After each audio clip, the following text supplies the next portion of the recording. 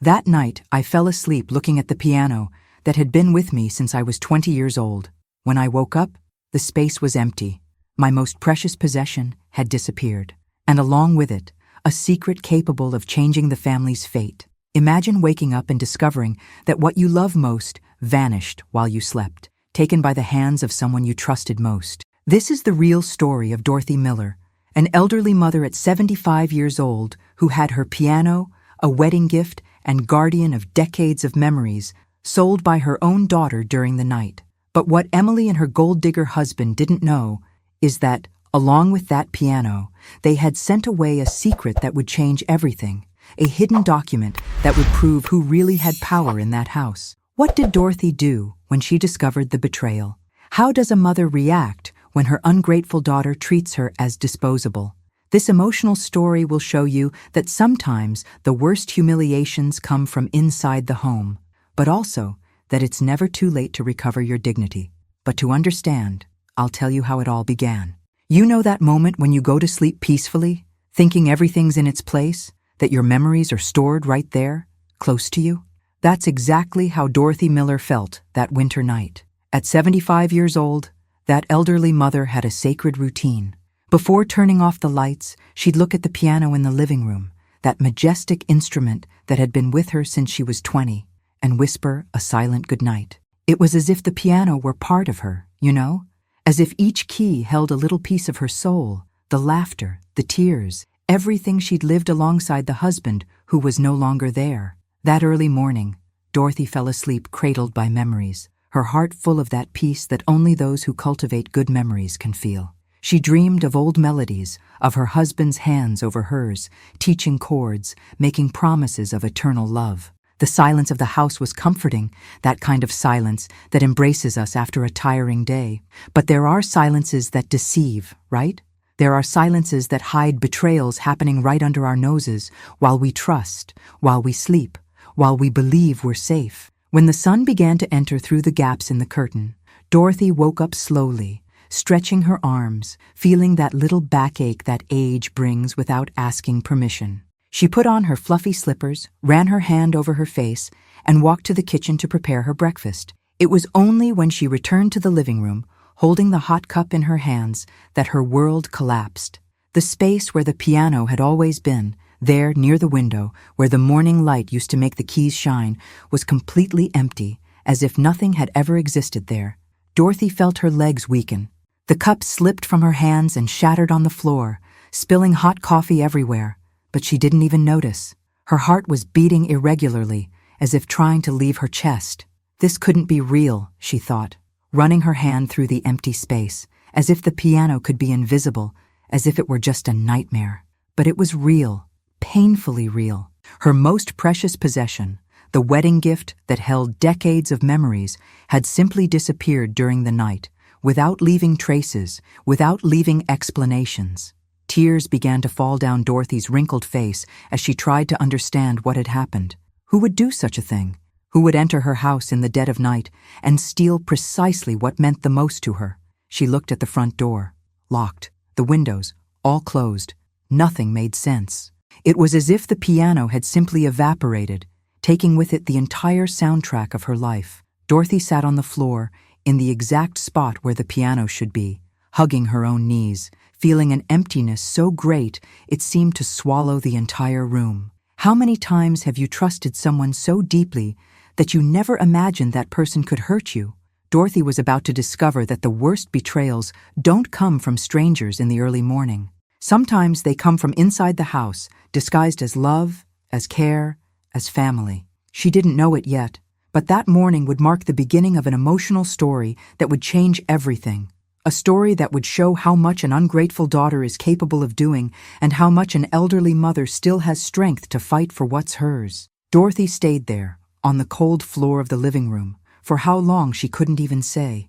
The hours seemed to have stopped along with the sound of the piano that no longer played. She looked at the walls, at the family portraits hanging, trying to find some answer in those smiling faces. How could something so important disappear just like that? From one hour to the next? Who had the keys to the house besides her? The answer was closer than she imagined, and when she discovered the truth, Dorothy would understand the true meaning of the word betrayal. The silence of the early morning had kept a terrible secret, and now, with daylight breaking outside, that secret was about to come to light.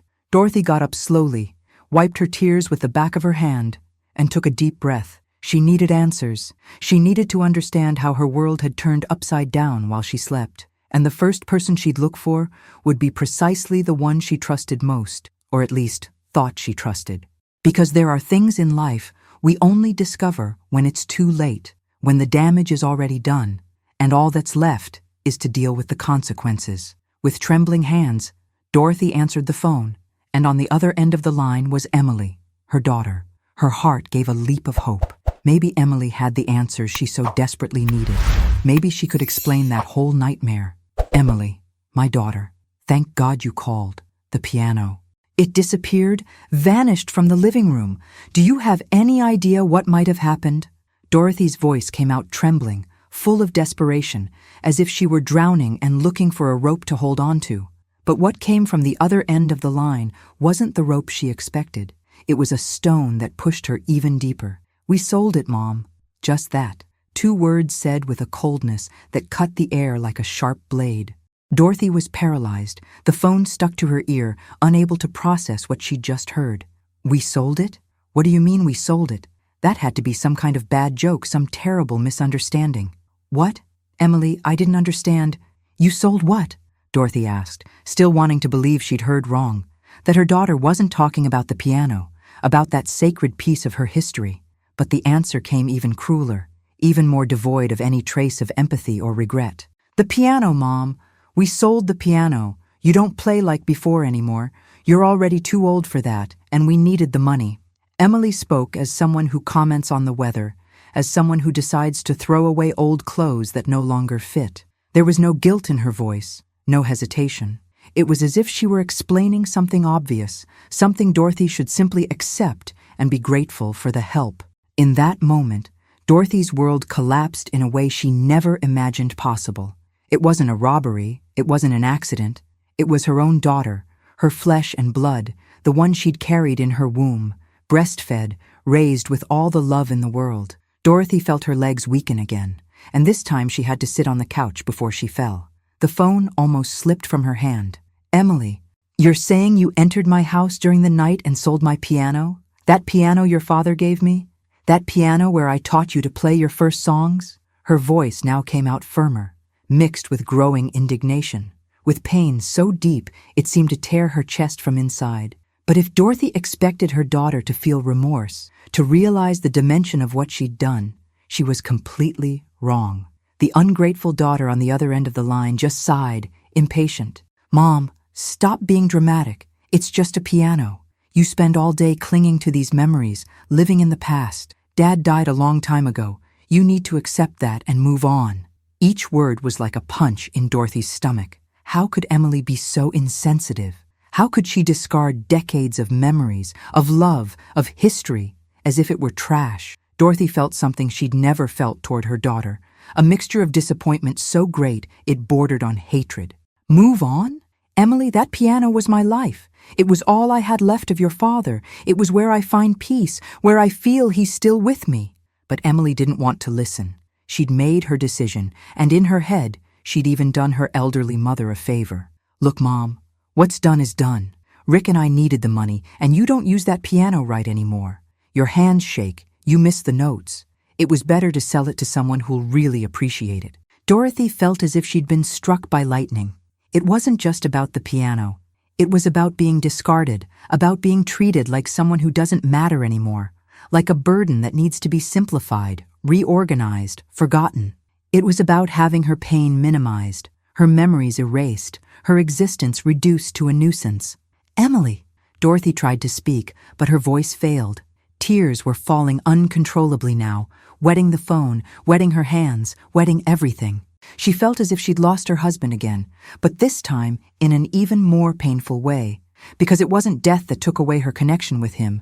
It was her own daughter, the one who should protect her memories, honor her father, care for her in old age. How could you do this to me? Was all Dorothy could say before Emily hung up the phone, leaving only the cold, empty silence on the other end of the line. Dorothy stayed there, sitting on the couch, the phone still in her hand, looking at the empty space where the piano used to be. In that room that used to be full of music, of life, of love, there was now only a deafening emptiness. And for the first time in her life, Dorothy wondered if she really knew the daughter she'd raised. Who was that cold woman on the other end of the line? When had Emily become a person capable of stealing from her own mother what she loved most, and worse? What else would she be capable of? Because Dorothy was beginning to realize that this emotional story was only beginning, and that the betrayal of the piano might be just the tip of a much larger iceberg. Dorothy couldn't stop crying. Tears fell uncontrollably as she tried to understand how she'd gotten there, how her own daughter had been capable of such cruelty. But if she thought she'd already heard the worst, that she'd already discovered the full extent of the betrayal, she was very wrong. Because sometimes the truth comes in layers, you know? Each revelation more painful than the previous one, each detail more revolting. And Dorothy was about to discover that the theft of the piano hadn't been just an impulsive decision or a desperate need. It had been something calculated, planned, cold as ice. Still dazed, still trying to process the conversation with Emily, Dorothy went to the kitchen to get a glass of water. Her hands were shaking so much she could barely hold the glass. That's when she heard the front door opening. It was Emily and Rick, the gold digger's son-in-law, entering as if nothing had happened, as if they hadn't just destroyed that elderly mother's heart. Dorothy felt anger rise through her chest, an indignation she didn't even know she was capable of feeling. How did you have the courage to come in here, in my house, in the middle of the night, while I slept? Emily rolled her eyes, threw her purse on the couch with a carelessness that hurt more than any words. Mom, for God's sake, we have the key. We live here with you, remember? And we didn't do anything wrong. The piano was taking up space. You didn't use it right anymore, and we needed the money. End of conversation. Rick stood there beside her, with that little corner-of-the-mouth smile, that air of superiority that made Dorothy want to scream. He didn't even try to disguise it. For him, all of that was just a successful business deal, an opportunity seized. The mother-in-law's pain? Irrelevant. Where did you take my piano? Dorothy asked, her voice now firmer, demanding answers. We sold it to a collector in the next town, Rick responded with a disturbing calmness, as if talking about selling a used car. He paid a good price for that antique. It was during the night while you slept. You didn't even notice, did you? We were very discreet. Those words fell like bombs in Dorothy's head. They'd planned everything. They waited for her to sleep, brought a stranger into her house, and took away her most precious possession like thieves in the dead of night. Dorothy felt her legs wobble again, but this time she didn't allow herself to fall. She stood up facing those two, trying to recognize some trace of humanity, some remnant of regret, but there was nothing. And the money? She asked, already knowing the answer would be even more revolting. Emily and Rick exchanged a knowing look, one of those that say everything without needing to say anything. Oh, we already spent part of it, Emily said, with a frightening lightness. We bought some new furniture for the living room. Those I showed you in the catalog last week, remember? They're going to look beautiful here. Dorothy felt the blood freeze in her veins. They hadn't just stolen her piano. They'd already spent the money on new furniture. Furniture to decorate her house, to erase her past, to remodel her life without even asking permission. It was total humiliation, an invasion so deep that Dorothy could barely breathe. You're telling me you sold the wedding gift my husband gave me, the piano where I taught you, where I keep your father's memory alive, Emily? And you spent the money on furniture? Her voice was trembling with anger now, with a righteous indignation that was beginning to replace the pain. Rick shrugged, as if that were the most natural thing in the world. Look, Dorothy, you need to understand that we're trying to build our life here. We can't stay stuck in the past forever. Your husband already died, the piano was there gathering dust, and we saw an opportunity to improve the environment. It was good for everyone. Good for everyone.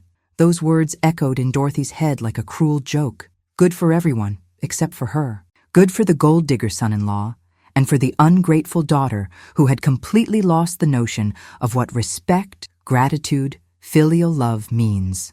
Emily approached her mother, trying to put her hand on her shoulder, but Dorothy pulled away abruptly. Don't touch me, Emily, not after what you did. Her daughter sighed, irritated, as if her mother were being too dramatic, exaggerating a simple situation. "Mom, you'll thank us later. We're helping you overcome this unhealthy attachment to the past. It's time to live in the present, to accept that things have changed. You can't spend the rest of your life crying for a man who's already gone." Each word was a stab, each phrase a denial of everything Dorothy was, of everything she felt. The objective was clear now. It wasn't just about money. It wasn't just about new furniture.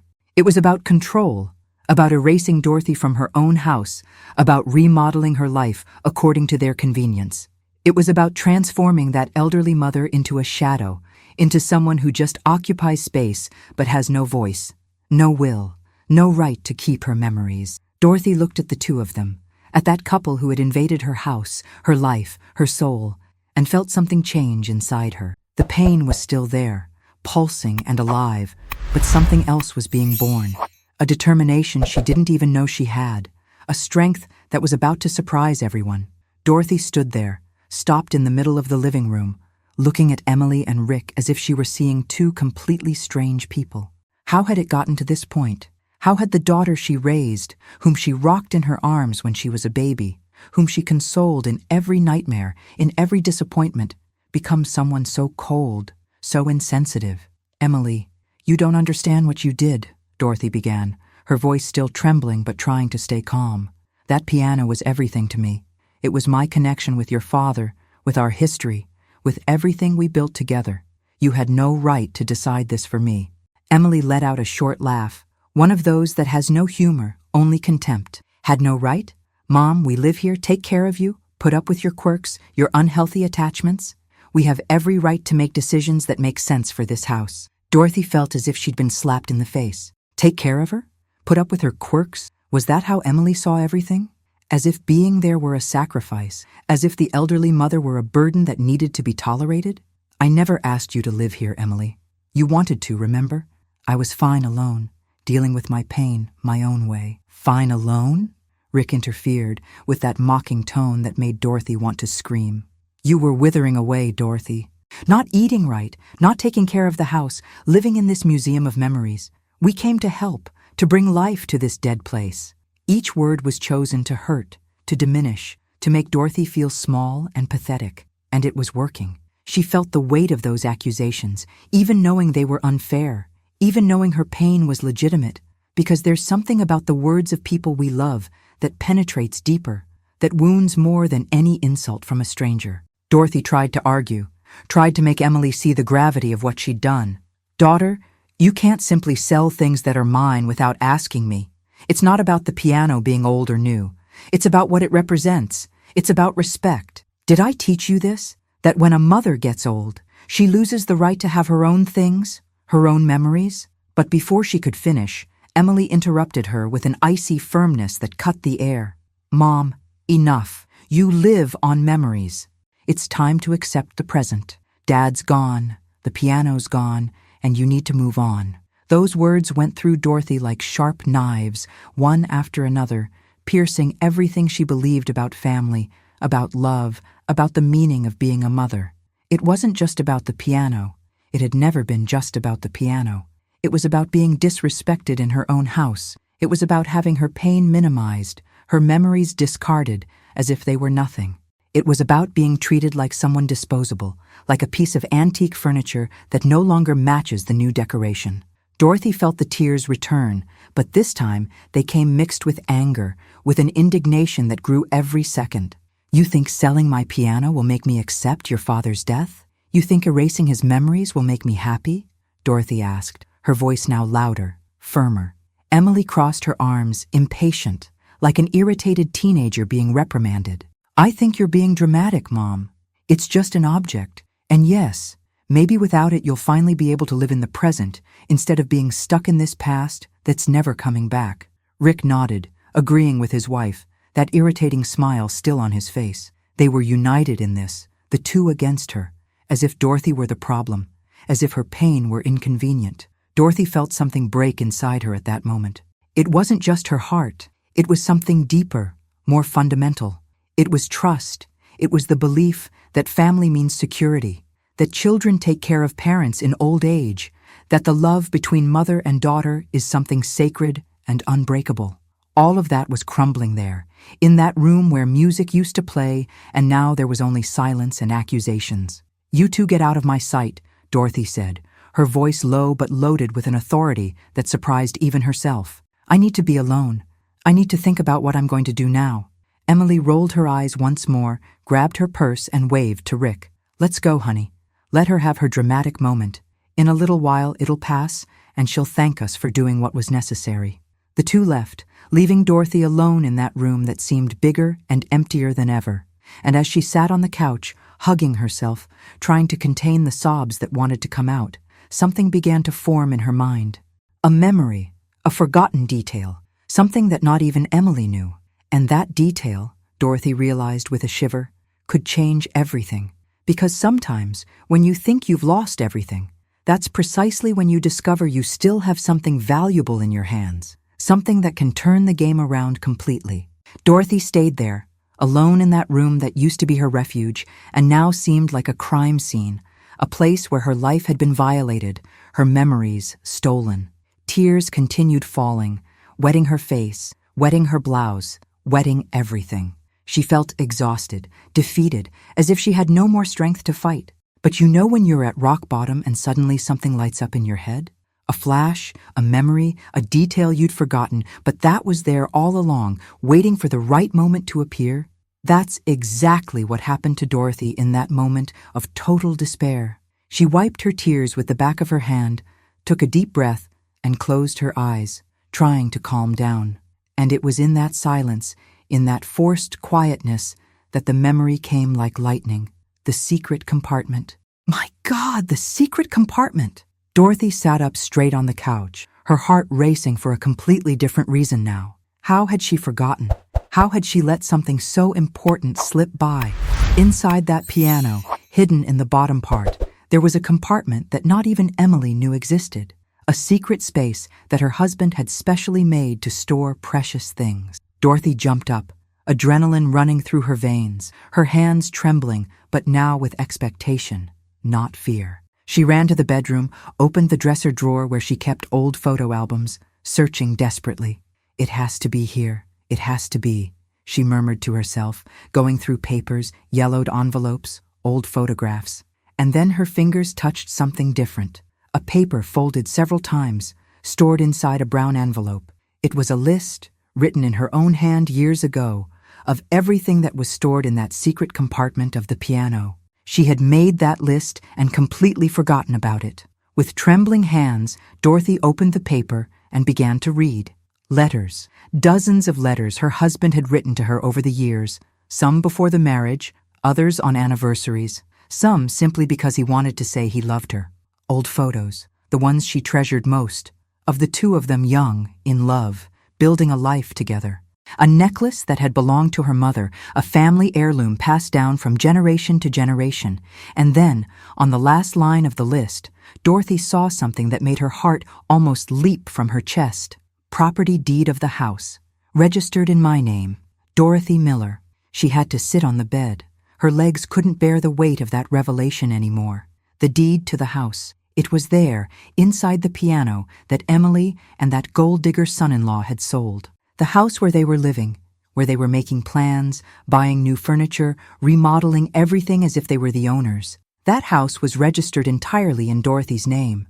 And now the document that proved it was in the hands of a stranger, of a collector in the next town who didn't even know the treasure he had in his hands. Suddenly, Dorothy realized that fate had set up a twist that not even she could have imagined. "They have no idea," Dorothy whispered to herself, a bitter smile forming on her lips.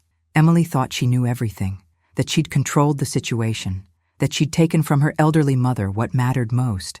But she didn't know about the secret compartment. She didn't know that, along with the piano, she'd sent away the only document that could give her any kind of right over that house. Because although Emily and Rick lived there, although they had the keys and acted as if they were the owners, the legal truth was clear, that property belonged exclusively to Dorothy, and always had. Dorothy felt a strange mixture of emotions. On one hand, the pain of betrayal was still alive, pulsing, cutting deep.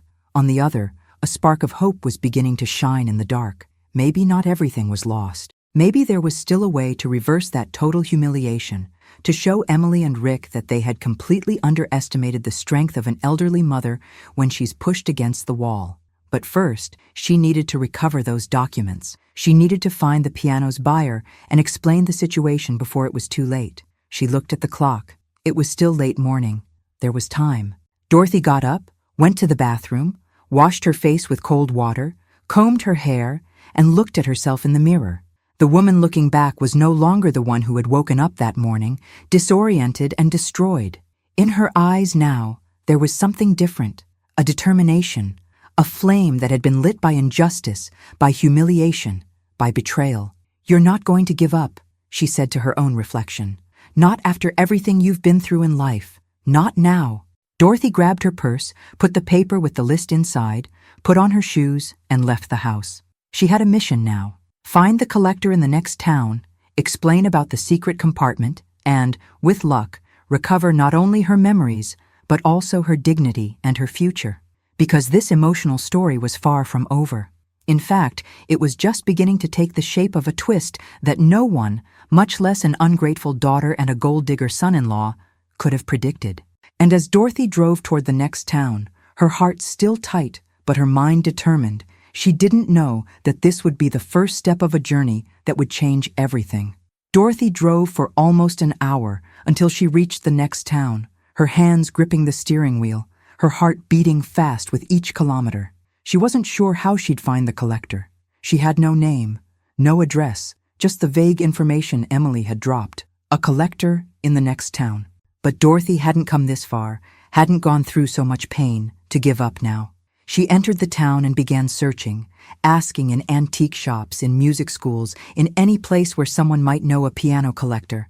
And after some frustrated attempts, someone finally said, "Oh, you must be talking about Professor James. He lives on Oak Street, number 247. With the address in hand, Dorothy felt a mixture of relief and anxiety. What if he didn't want to help? What if he'd already moved the piano and discovered the compartment? What if he'd thrown away the documents, thinking they were just old, worthless papers? So many what-ifs went through her head as she parked the car in front of a beautiful house with a well-kept garden and a small sign on the door. James Carter, music professor. Dorothy took a deep breath, smoothed her dress with trembling hands and rang the doorbell, praying that this man would have a heart kind enough to understand her emotional story. The door opened and a man of about 60 years appeared, with graying hair, thin-framed glasses, and a gentle smile on his face. "Good afternoon. Can I help you?" Dorothy felt tears return just from looking at him, but held herself back. "My name is Dorothy Miller. I came to talk about a piano." "A piano that was sold to you last night?" Professor James's expression immediately changed, the smile giving way to genuine concern. "Please come in. Let's talk." He opened the door and led Dorothy to a room full of musical instruments where, in the center, was her piano, her beloved piano. Dorothy couldn't hold back anymore. Upon seeing the instrument there, intact, tears exploded. She approached slowly, ran her hand over the wood like someone caressing a lost child who finally came home. "It's my piano," she whispered, her voice choked. "My husband gave it to me as a wedding gift over 50 years ago. I taught music on it. I played every night to keep his memory alive. And my daughter, my own daughter, sold it without asking me while I slept." Professor James was silent for a moment, absorbing those words, and then sighed deeply, shaking his head sadly. "I knew something was wrong," he said, his voice loaded with regret. "When those two showed up last night in a hurry, wanting to make the sale quickly, unloading the piano, almost running, I felt something wasn't right. But they had all the documentation, seemed legitimate. I never imagined that." He stopped, looking at Dorothy with a compassion she hadn't seen in anyone in recent days. "I'm sorry. If I'd known it was a sale made behind the back of the mother herself, I never would have bought it." Those words touched Dorothy's heart in a way she didn't expect. Finally, someone who understood, someone who saw the gravity of that betrayal. "Professor James," Dorothy began, wiping her tears with a crumpled tissue she took from her purse. "I didn't come here to ask for the piano back. I know you paid for it, that you made a legal purchase, but there's something inside the piano that I need to recover, something that not even my daughter knows exists." She explained about the secret compartment, about her husband's letters, about the photos, about the property deed of the house. With each word, Professor James's expression became more serious, more understanding. When Dorothy finished, he stood up immediately. "Let's check now. If everything's there, it's yours. I can't and won't keep things that belong to you."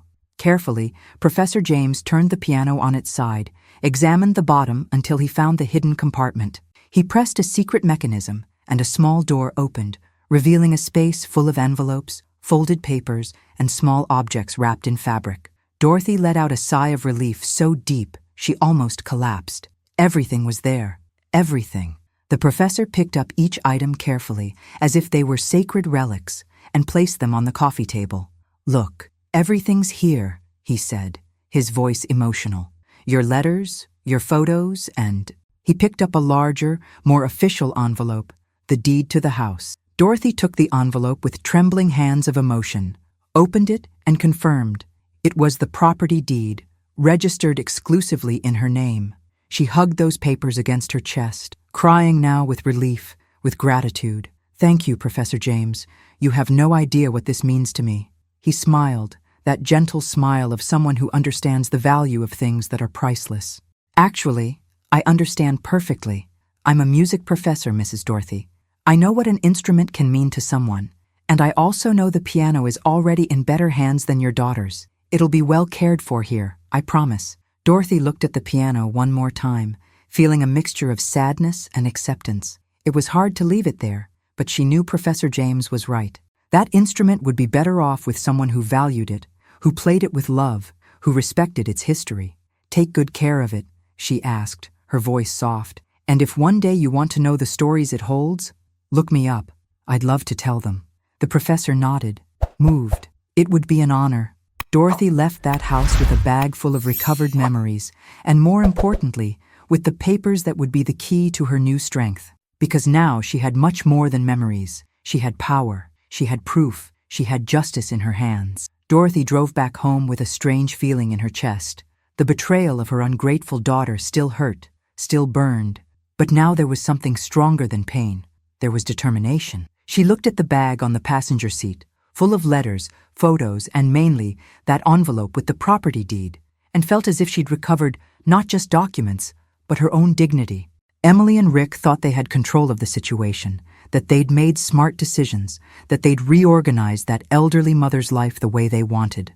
But they were about to discover they'd made a fatal mistake. They'd underestimated Dorothy Miller. When Dorothy entered the house, she found Emily and Rick in the living room, exactly where the new furniture they'd bought with the piano money would be.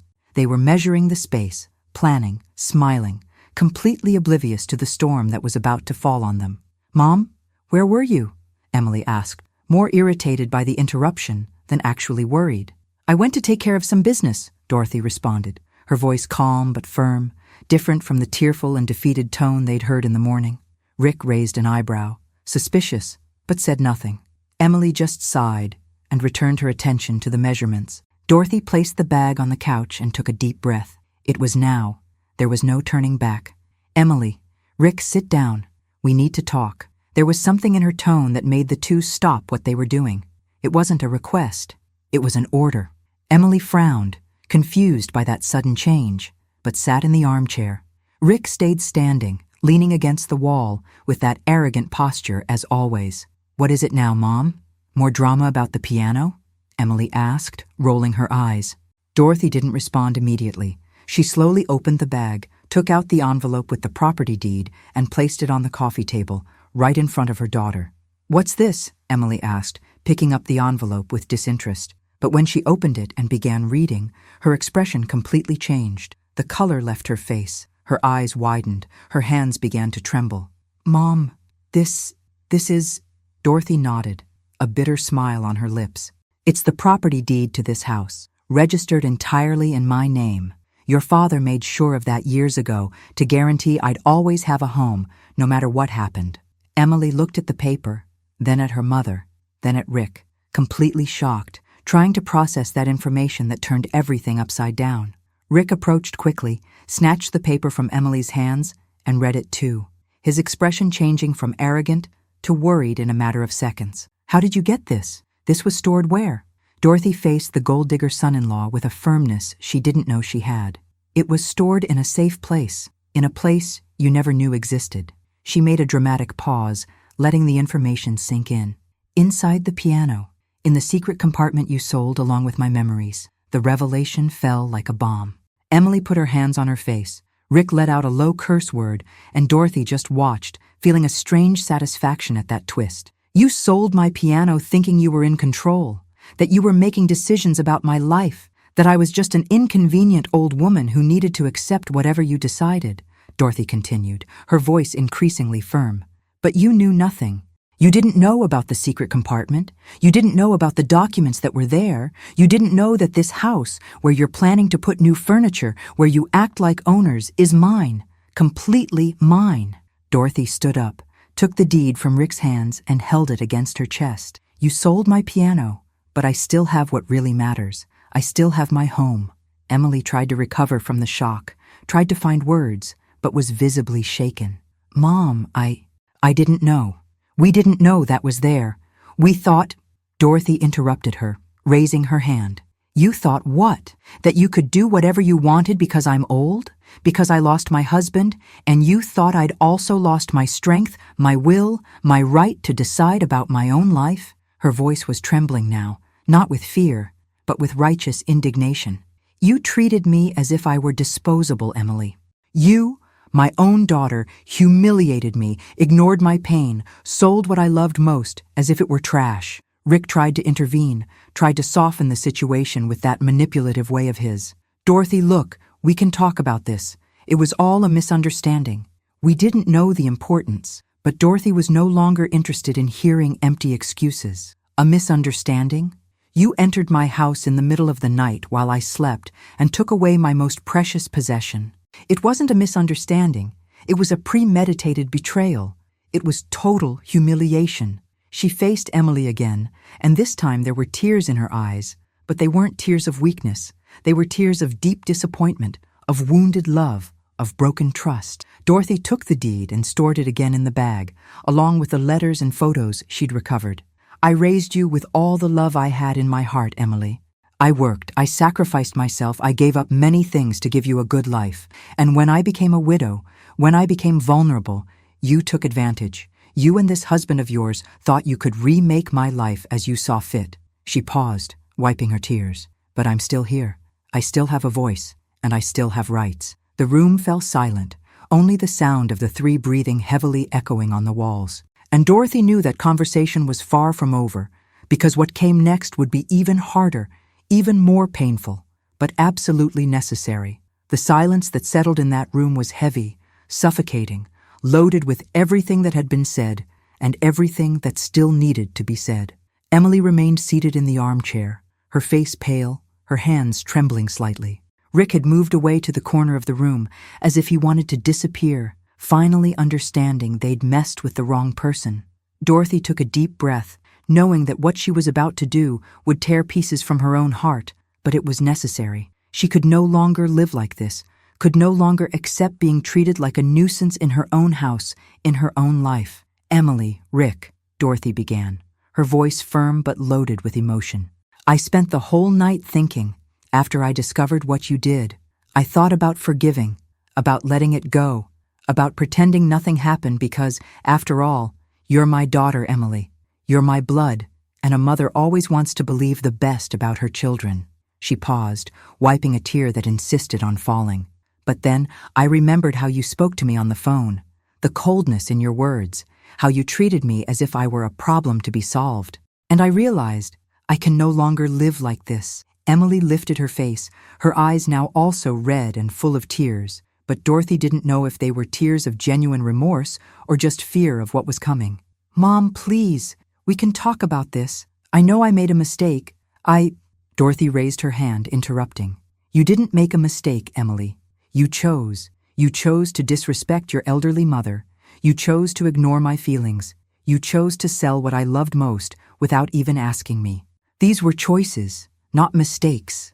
The words fell like hammers, each one heavier than the last, and Emily seemed to shrink with each sentence. Dorothy picked up the property deed from the bag again and held it with both hands.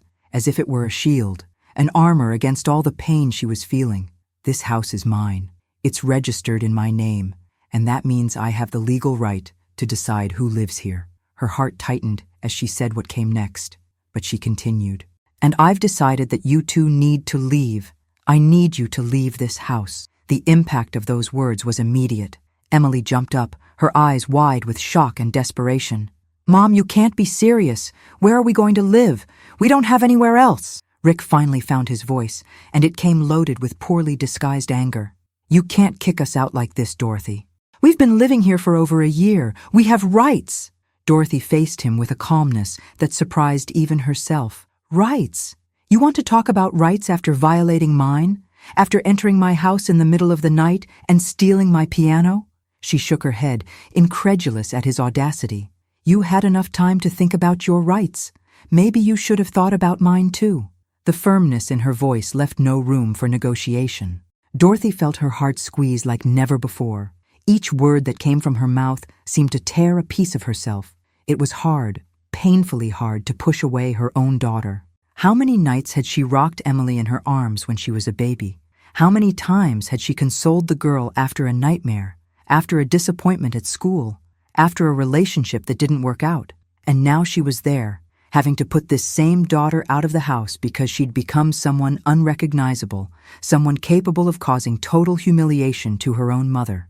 The pain was almost unbearable, but Dorothy knew she had no choice. Mom, please don't do this, Emily begged now, tears falling freely. I made a mistake. I know I made a mistake, but you're my mother. We're family. We can't just end like this. Dorothy felt her own tears return, but she remained firm. Emily, I'll always be your mother. I'll always love you, no matter what happens, but I can no longer allow you to disrespect me in my own house. I can no longer wake up every day knowing that the people who live with me don't value me, don't respect me, don't care about my pain. Her voice failed for a moment, but she continued. You hurt me in a way I never imagined was possible. Rick tried one last move, his tone now softer, more manipulative. Look, Dorothy, I know we crossed the line, but kicking us out won't bring your piano back, won't change anything. We can start over. We can do things differently. Dorothy looked at him with a mixture of pity and contempt. You had the chance to do things differently. You had the chance to treat me with respect, with dignity, but you chose the path of betrayal, of lies, of disrespect, and now you need to deal with the consequences. She took a deep breath, feeling the weight of that decision in every fiber of her being. I'm giving you 1 week to pack your things and find another place. Emily fell to her knees on the floor, sobbing, trying to make her mother change her mind.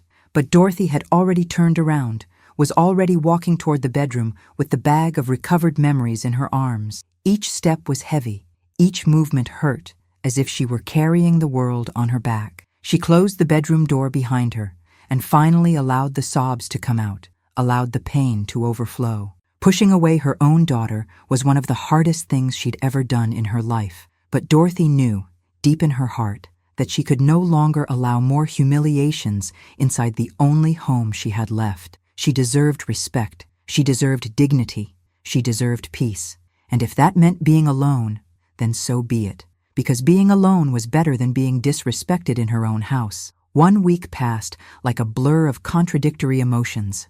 Dorothy watched Emily and Rick pack their things in silence, each box that went out the door taking away not just objects, but also the last remnants of the family she thought she had. Emily tried to talk a few times, tried to apologize more sincerely in the last few days, but the words seemed empty, too late to fix what had been broken. On the day they finally left, Emily stopped at the door and looked at her mother one last time, her eyes red and swollen. I'm truly sorry, Mom. Dorothy just nodded, unable to speak, without falling apart. When the door closed and Dorothy was alone in the house, truly alone for the first time in over a year, a different silence took over the environment. It wasn't the heavy silence of betrayal or humiliation, but an empty silence, almost deafening. She walked through the living room, touched the space where the piano used to be, and felt a pang of longing so strong it almost knocked her down. The piano was gone, Emily was gone, and there she was, an elderly mother trying to understand how to rebuild a life that had been shattered. But you know that thing about when you lose everything, the only possible direction is up. Dorothy was about to discover this in practice. In the first few days, she allowed herself to cry, allowed herself to feel the pain without trying to hide or soften it. She cried for the piano. She cried for the daughter she'd lost to greed and selfishness. She cried for the husband who was no longer there to guide her. But in the middle of all these tears, something began to change inside her. Dorothy picked up the letters she'd recovered from the secret compartment and began rereading them, one by one. Her husband's words, written decades ago, seemed to speak directly to her now. "You're stronger than you imagine, my love. You have a light inside you that can illuminate any darkness." And that's exactly what Dorothy decided to do. Without the piano, Dorothy felt an immense emptiness, but she also realized something interesting. That instrument had been her connection with the past, but maybe it was time to create new connections, new memories. She remembered the dozens of children she'd taught over the years, remembered the joy she felt sharing music, seeing their little eyes shine when they got a melody right. And she thought, why stop now? Just because I don't have the piano anymore doesn't mean I can't teach anymore, can't share anymore. This idea started small, like a seed, but it grew, taking shape, taking life. Dorothy contacted the neighborhood community center and proposed something different, free music classes for underprivileged children. But not just that, she wanted to share stories too. Life stories of love, of loss, and overcoming. Real stories that could inspire, teach, touch people's hearts.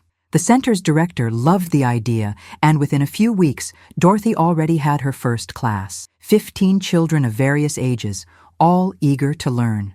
She used the community center's piano, a simple instrument, somewhat out of tune, but it worked perfectly for the purpose. And as she taught, as she saw those little concentrated faces, Dorothy felt something she hadn't felt in a long time, genuine joy.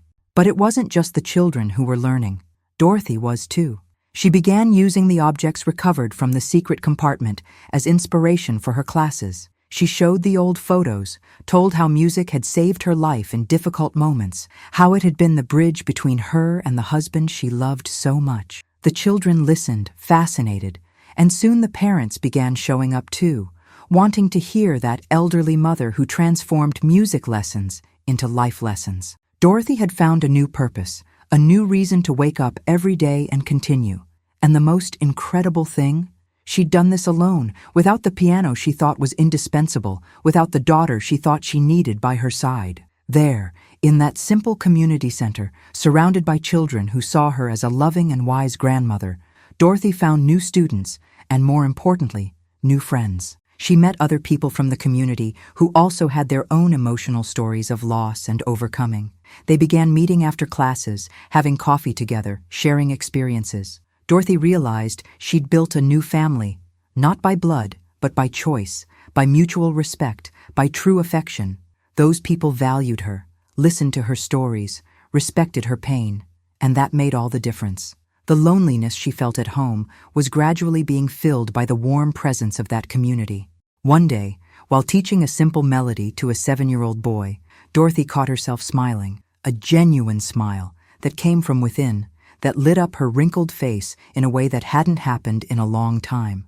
And in that moment, she understood something fundamental. They may have taken my piano, but they'll never take my music. The music was inside her. It always had been. She didn't need a specific instrument, didn't need perfect conditions. Music was part of her essence, and no one, not an ungrateful daughter, not a gold-digger son-in-law, not life's circumstances, could take that away from her. Dorothy had lost much, but she'd recovered something even more precious. Her own strength, her dignity, her voice, and that was a victory no one could erase. Dorothy rebuilt her life, not the way she imagined, but in an even better way, surrounded by people who respected her, who valued her history, who saw in her not a burden, but an inspiration. She proved that even after the greatest betrayal, even after total humiliation caused by an ungrateful daughter and a gold-digger son-in-law, it's possible to get up, recover dignity, and find a new purpose. The music that played inside her never left. It just found new ways to express itself. And you, have you ever been through a situation where someone from your own family disrespected you or made you feel disposable? How did you react? What would you do if you were in Dorothy's place? Could you forgive, or would you take the same attitude? If this emotional story touched your heart, subscribe to the channel and turn on notifications so you don't miss other real stories that bring life lessons and make us reflect on our own choices and relationships. Because all of us, at some point, need strength to face injustices. And stories like this remind us that this strength exists within us. Until next time.